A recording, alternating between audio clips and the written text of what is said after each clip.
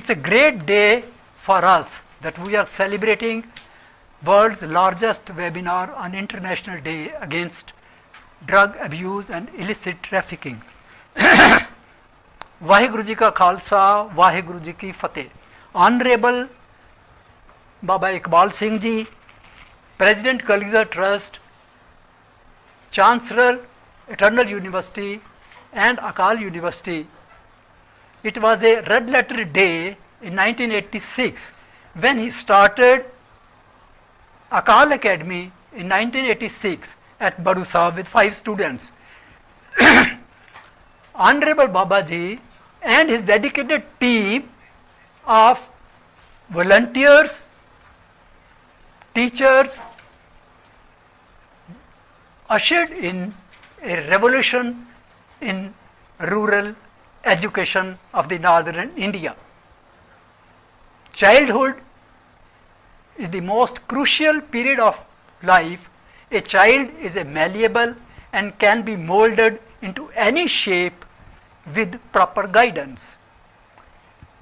A devastating practice which is observed in the rural area is that the fathers, they offer fondly to their children sips of liquor. This causes havoc in life, and it's a sure proof that the child will become an addict. Adolescence, the most productive period of life, there's an upsurge of energy. There are changes in the body and the hormones. There's an urge psychologically to seek excitement and thrill in this period of life. The immediate gratification of impulses overpowers restrictions clamped by the society and the family. Drug addiction is a chronic, relapsing mental disorder which affects adversely the body, mind and the soul of a person. In addition, the family gets disrupted, the society has to pay heavy price, drugs take heavy toll, and every day more than 30,000 human lives are lost across the globe only because of tobacco and liquor. North India is a region of the country which was proud of its culture and heritage. It was a sacred land of gurus, rishis, muni. Known as land of plenty, the food bowl of the country, and it had amongst the highest per capita income in the country.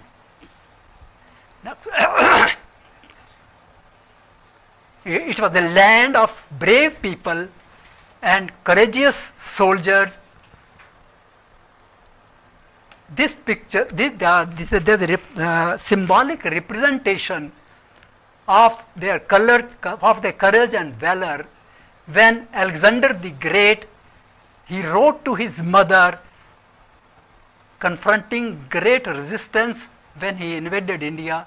He wrote that I am involved in the land of lion-like and brave people where every foot of the ground is like a wall of steel confronting my soldier. This was the valor we had. And now what has happened? North India, Punjab has the highest per capita consumption of liquor. There is a drop in economic status and increased crime rate. Harsh reality is that the drugs associated with increased crime, murders, thefts, smuggling, sexual offences and road accidents. Tobacco related diseases kill 8 million people worldwide every year, and 1 million is contributed by our country. 10 crore people are estimated to have fallen prey to tobacco related diseases in the 20th century. It is estimated that during the 21st century, 100 crore people will die globally of this malady. 30 lakh people die due to alcohol-related diseases every year in the world.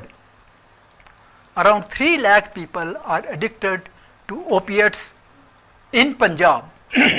The geographical disadvantage in the North India, which is sandwiched between the two golden triangles, golden crescent on the west and golden triangle on the east, causing trafficking, illicit trafficking, which is a profitable business. In addition, we have to face narcotic terrorism by our neighboring country.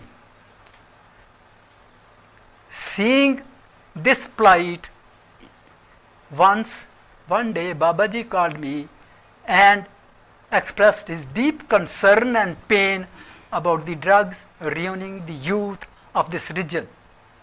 He said the Akal academies have been established to impart value-based education and strengthen the moral fiber of the youth so that they refrain from such indulgence, and while treating these afflicted individuals is our priority now. He exhorted me to start this humble work. With his blessings, I started treatment measures in Gurdwara at Chima in district Sangrur, which has now blossomed into 30-bed hospital, the largest licensed center in Punjab, located in the rural area and managed by an NGO. We have till now benefited more than 8,000 families.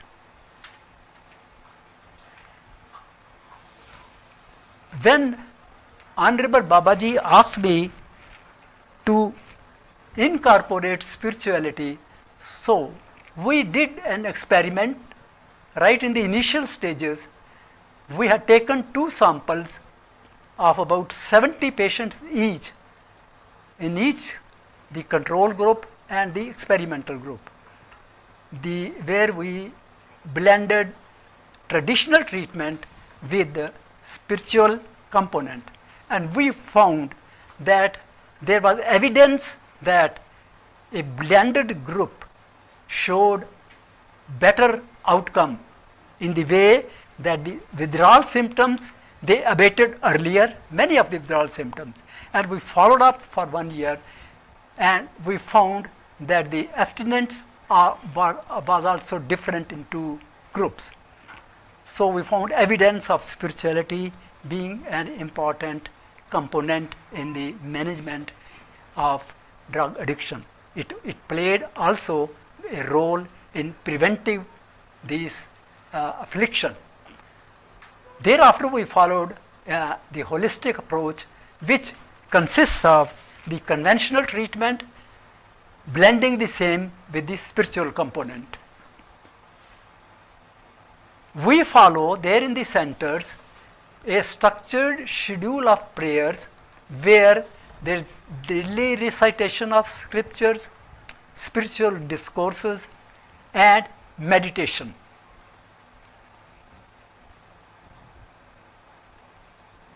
An impact study was conducted 2 years back in 2018, and we found that the result of the blended treatment, abstinence rate is 61%, and relapse rate was 32%, partially relapsed 7%. The ways to tackle this menace is by 3 measures. First is to treat the patients suffering from drug addiction by admitting them in the de-addiction, drug de-addiction wards. Drug de-addiction is a very costly affair. There is scarcity of medical staff, especially in the rural areas. There is almost non-availability of the psychiatrist, and relapse rate is quite high in these cases who are established cases of addiction. So we have uncertain outcome, and the de-addiction alone, drug de-addiction alone, cannot solve this problem. This is our observation. The other way is to restrict the supply of the region. Effective implementation of NDPS Act and strict legal action against those who are traffickers. Drug mafia is a gang of criminals which has to be dealt with various measures, politically and judicially.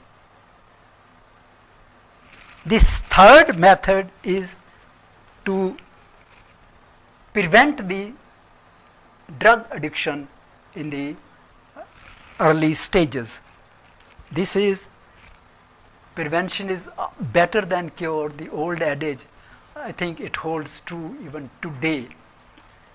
We create awareness and education, imparting blend of spiritual and conventional education and take into consideration the role of parents and the educators. The awareness programs have been conducted by the Akal de-addiction centers and the students of Akal academies. We will take up this subsequently to change the thoughts. We think that if an individual changes his thought, he can change his destiny. Let us get inspiration from our philosophers, the thinkers and reformers. Buddha said, "We are what we think," a great saying which has been subsequently proved by many philosophers. We change our behavior, the thinking affects even the cells of the body, the conduct, and the outcome of various adversities are changed by the thoughts. The philosophers go to this extent that you are not the victim of heredity, but the master of the body, the biology and genetics. If we change the way we look at things, the things we look at change. Power of thoughts is also illustrated by other statements. Our beliefs, attitude, and they control our behavior and regulate even the gene expression. Dr. Van Dyer said, "Begin to see yourself as a soul with a body rather than a body with soul." We are not human beings in search of spiritual experience. We are spiritual beings immersed in human experience. A holy rhyme enshrined in Guru Granth Sahib, quote, "मन तू जो स्वरूप है अपना मूल पहचान, मन हरजी तेरे नाल है गुरमती रंग मान." O my mind, you are the embodiment of the divine light. Recognize your own worth and origin. Oh my dear Lord is with you. Through Guru's teaching, enjoy his love. Recent studies confirm the power of thoughts, how the thoughts can change even the organic, they can bring about organic changes. We have observed that during an experiment which was conducted in MIT, America, that when human beings are in deep meditation and feeling of blessedness, gamma waves 40 hertz per second are observed, especially in the hippocampus area of the brain, and they can change the amyloid plaques. They experimentally it has been proved by them. Our objective here is that we shape the mind of the learners through mental strength. The hallmark of our treatment is a blend of traditional treatment with spiritual component. Main objective is to improve the self-worth, self-esteem, and kindle in them a desire to lead a productive life.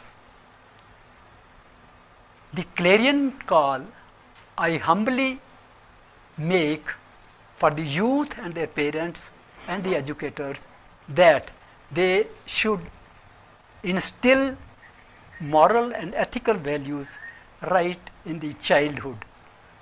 They will go a long way, this being the most crucial period of one's life. To the medical and the health fraternity, my humble suggestion is, notwithstanding a breakthrough in the medical science, treatment at de-addiction centers alone cannot solve this menace. We have to take measures, other measures, and we have seen in these centers that prevention is one of the most effective measures. Lastly, education, we follow Vidya Vichari Ta Par Upkari. This is the principle being followed in all the areas, the institutions working, especially educational areas, university, schools and colleges. Nelson Mandela said, education, the most important weapon we can use to change the world. So we are using education as well as value-based education to tackle the problem and to prevent the problem. This is the my message, and I conclude this session. Thank you very much. Waheguru ji का खालसा, वाहिगुरु जी की फतेह.